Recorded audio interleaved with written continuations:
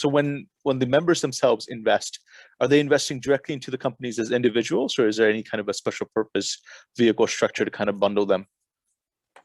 No, that we invest directly into the companies for two reasons. One, creating pooling structures is always messy, but it can be advantageous.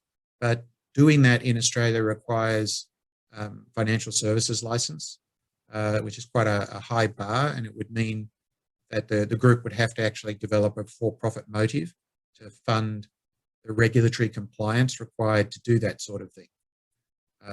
So we did start out actually using unit trusts, but you very quickly realize if you create a new unit trust, which is just a special purpose vehicle, but it's a very simple one, for every deal, you have to have a trustee for every trust. It starts to, one sounds fine, then you start doing another one, and very quickly you realize that there's a significant administrative overhead. And you also very quickly become a provider of financial products and a provider of financial services and have to go and get that licensing coverage. So we invest directly into the companies, although we are actually at the moment researching a pooling mechanism, but for a very different reason. We're researching it because we want to get, first of all, more younger people involved, and they typically don't have enough money to invest in every company at a reasonable level. And we don't think, I was speaking before about messy cap tables, we don't want our investors getting on the cap table because they're putting $5,000 into the company. That's just too messy for everybody. So what we want to do is create a pooling vehicle that will allow more younger members, more inexperienced members to join and place smaller bets, write smaller checks, and then we'll consolidate them on the cap table through a nominee structure.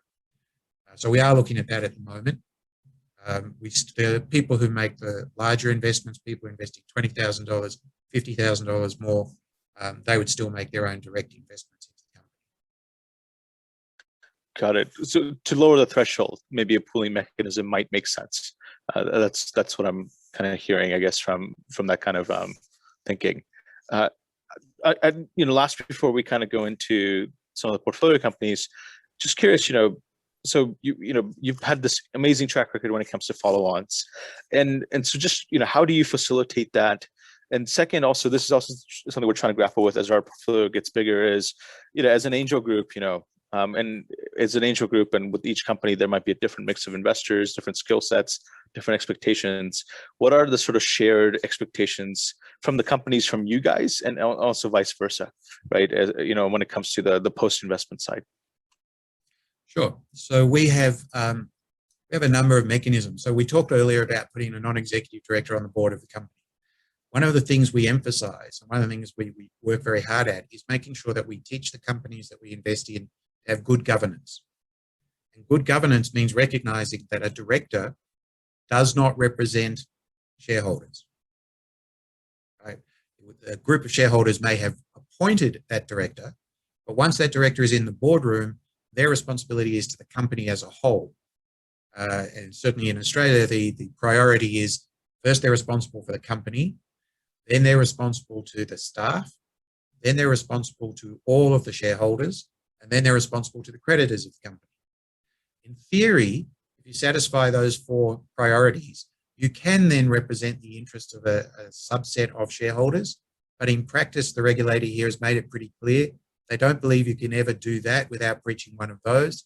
So it's pretty much not allowed. It's not to say people don't do it, and VCs in particular are very bad at that practice, but we don't do it. So we put somebody in the boardroom because they're going to help the company succeed. They're not there to watch our money. They're not there to just demand reports. They're there to be an active contributor to the strategic direction and governance of the company. And normally, within the board, the director we nominate is the one who has their eye on the exit from day one. So everybody can keep focused on what has to be done, and they're the one who keeps the exit within the strategic context. So all the decisions are being made with the view towards an exit down the track. On the other hand, you do want to have good communication flow. And sometimes there are things that a director isn't allowed to share with you, or is not the right person to share with you, or is perhaps not the right person to have the conversation. So from our syndicate of investors in each deal, we nominate one person to be what we call the shareholder representative.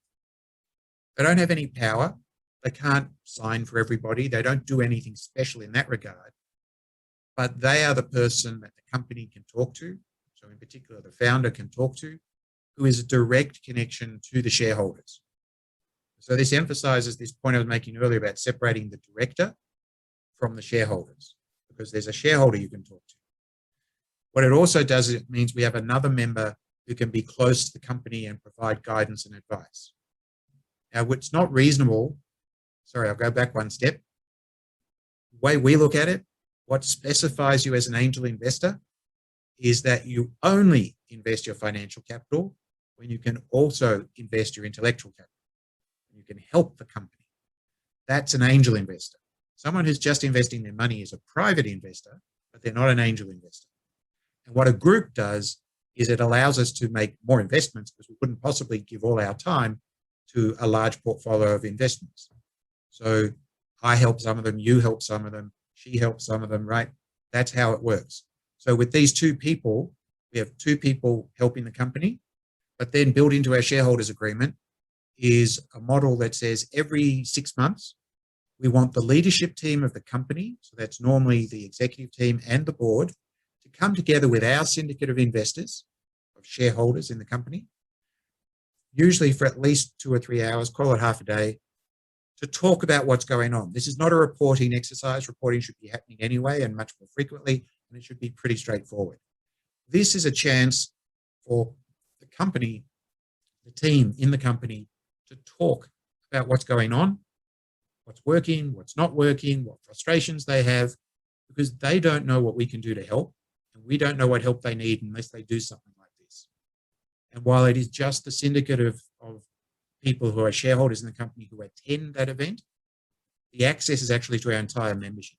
So if they come out of that going, oh, they keep going in, having great conversations, but never closing the deal, which is a common problem for people who are not salespeople.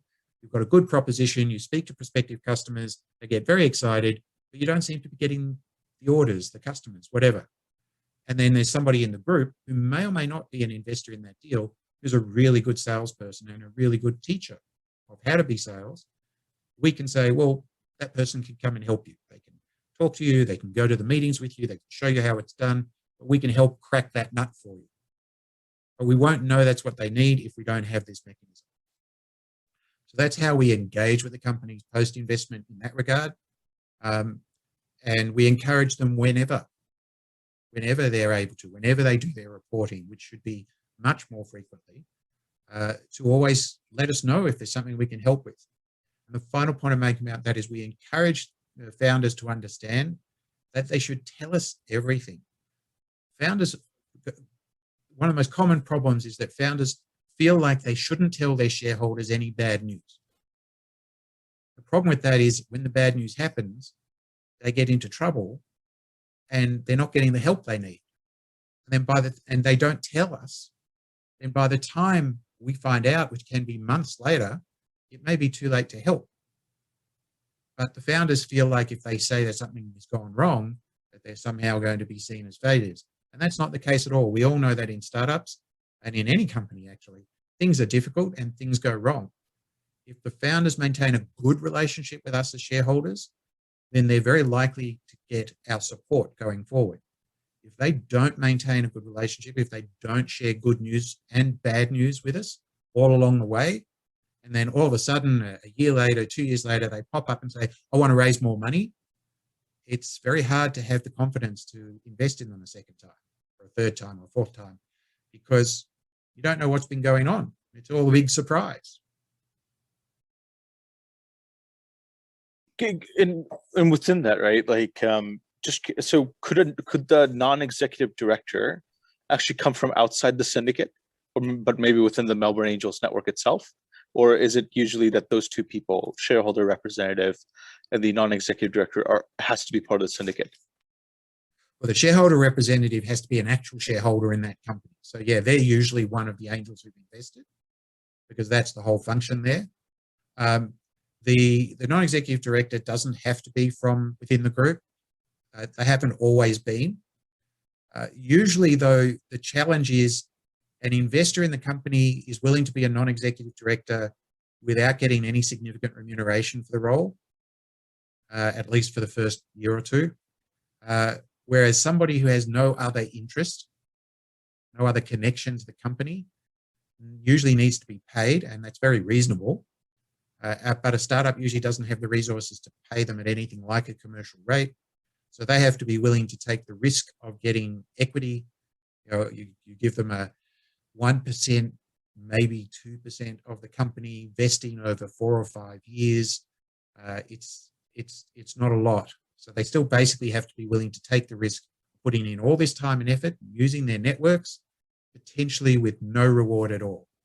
So that can make it hard to find people outside the group or outside the investor base who are willing to take that role.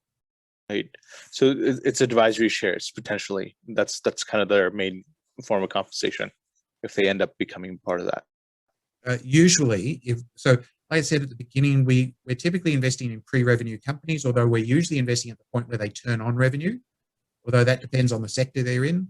So things that are going through, for instance, the medical regulatory pathway may be a long way from revenue, but their value inflection comes from meeting hurdles along the regulatory pathway. So that does depend.